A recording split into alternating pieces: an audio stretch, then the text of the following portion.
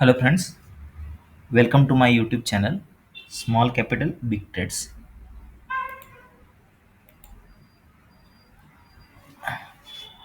आज हम देखेंगे कि इंट्राडे ट्रेडिंग किस तरह से की जाती है 50 मिनट्स के चार्ट के ऊपर।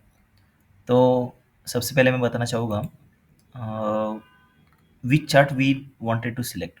हमें ऐसे चार्ट में देखना है जो हमको बेनिफिट हो सके। तो सिलेक्शन ऑफ स्टॉक्स किस पे डिपेंड करता है?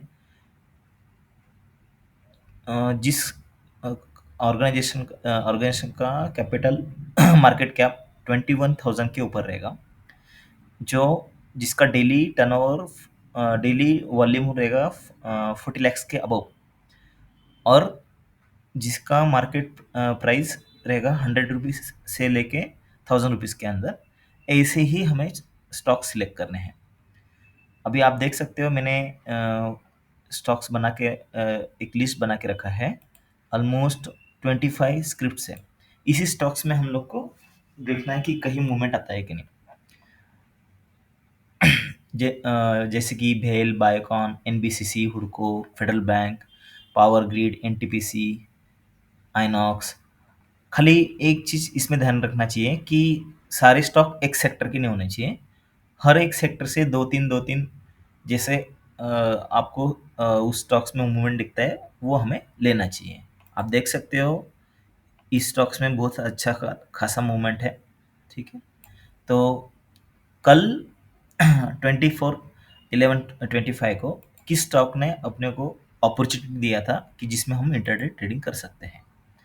अभी आप देख सकते हो कि जो पावर ग्रिड है उसने ओपनिंग किया था 278 पे, और ये रेड कैंडल दिया है। तो यहाँ पे हमें ये स्टॉक ने जो ब्रेकआउट दिया है, इस ब्रेकआउट पे हमें नहीं लेना है।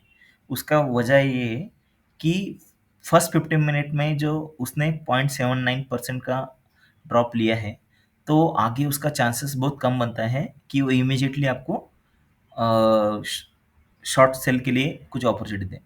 तो हमें देखना है, और ये एक्सपोनेंशियल मूविंग एवरेज का 200 लाइन है, और ये ई एम ए 10 का लाइन है।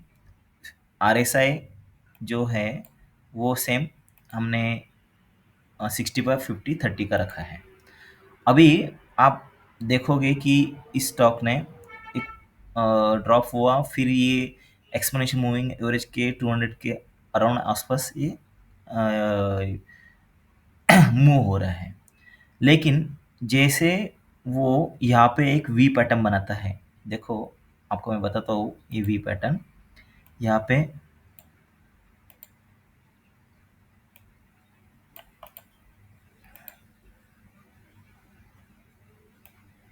यहाँ पे उसने ब्रेकआउट दिया है।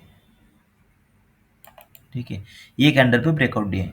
अभी ये कैंडल पे उसने एक कैंडल मतलब लगभग आप देखोगे तो ये 2:45 को उसने ब्रेकआउट दिया है।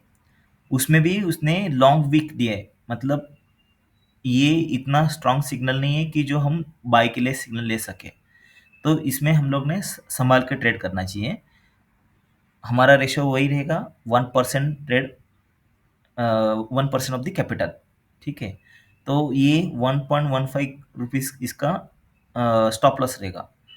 हम एक यहाँ पे एंट्री लेंगे 273.95 पे, और 50 मिनट के कैंडल पे एग्जिट कर लेंगे।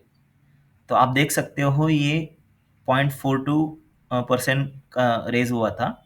हमको 50 मिनट्स में 1% मीन्स ऑलमोस्ट 1:2 का रेशो प्रॉफिट मिला है। हमें हरदम हमेशा ध्यान में रखना चाहिए कि कोई भी ट्रेड लेंगे 1% of the capital.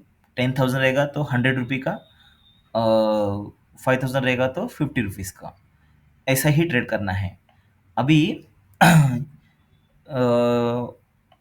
Federal bank, में भी देखो, आप देख सकते हो कि इस स्टॉक ने यहाँ से ऐसा मूवमेंट करके यहाँ पे ब्रेकआउट दिया है। इसका इसका हाई पे यहाँ पे ब्रेकआउट दिया है, देखो। ठीक है। अ,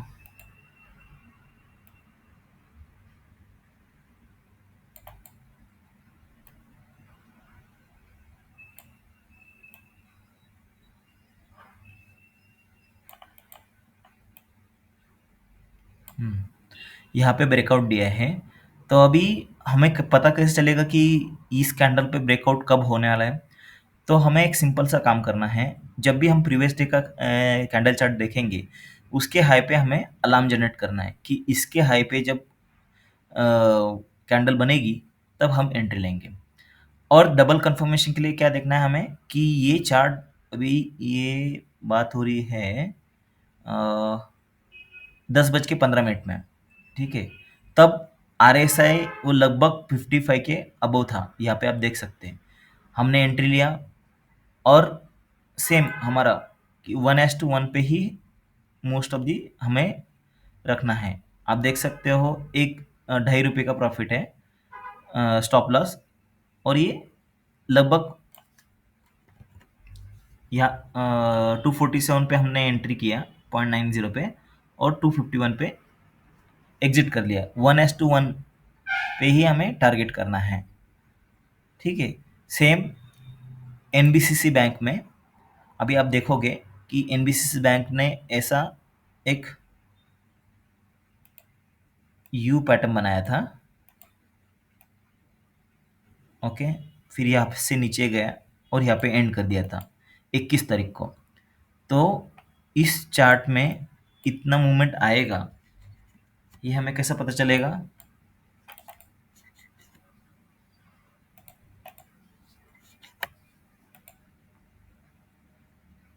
आप देखोगे कि जो प्रीवियस डे का कैंडल है वो स्मॉल कैंडल बना है, ओके। तो इस कैंडल से हमें एक जजमेंट आ जाएगा कि ये कैंडल अभी एक्सपोनेंशियल मूविंग एवरेज के 200 के अराउंड आसपास घूम रही है। जब भी इस कैंडल से ऊपर हमें ओपनिंग मालूम पड़े, तो हमें इस मार्केट में 1% ऑफ द कैपिटल उस उतना हमें ट्रेड लेना है। और आप देख सकते हो कि 9:15 को एंट्री किया हुआ स्टॉक्स हमें लगभग 3.99% का प्रॉफिट देके निकल जाएगा। अभी यहाँ पे एग्जिट कब लेना है? सेम प्रीवियस कै जहाँ पे हमें ये रेजिस्टेंस, प्रीवियस रेजिस्टेंस का सपोर्ट पे एग्जिट लेना है। सेम ये भेल कंपनी में आप देख सकते हो, भेल कंपनी में भी ऐसा ही हुआ। मार्केट ओपन हुआ, उसने बिग गैप दिया, यहाँ पे ब्रेकआउट दिया है, लेकिन ये ब्रेकआउट पे एंट्री लेना नहीं है, ये फॉल्स ट्रैप है। क्योंकि बहुत बार क्या होता है कि रिटेल इन्वेस्टर को ट्रैप में फंसाने के लिए एक बिग बिग ग्रीन कैंडल का एक मार्क दिया जाता है, लेकिन हमें उसके नेक्स्ट कैंडल का वेट करना है कि वो नेक्स्ट कैंडल उसके आगे जा रही है कि नहीं। देखो आप देख सकते हो, जैसे ही बिग ग्रीन कैंडल के बाद उसने नीचे लेना स्टार्ट किया है। अभी वो स्टॉक एक्सपोनेंशियल मूविंग के 200 के अराउंड घूमेगी। यहाँ पे उसने ब्रेकआउट दिया है। यहाँ पे जब ब्रेकआउट दिया, आप देख सकते हो कि एक अभी जो ब्रेकआउट दिया है तब उसकी जो RSI थी वो 50 के नीचे थी। तो हमें यहाँ पे एंट्री लेना है और यहाँ पे एंट्री लेके सेम 1s, अभी ये 1.1 मतलब 1:1 का ही रेशियो रखना है। इस कैंडल का स्टॉप लॉस 3.10, उतना ही हमें 1:1 का प्रॉफिट मिलेगा। आप देख सकते हो इफ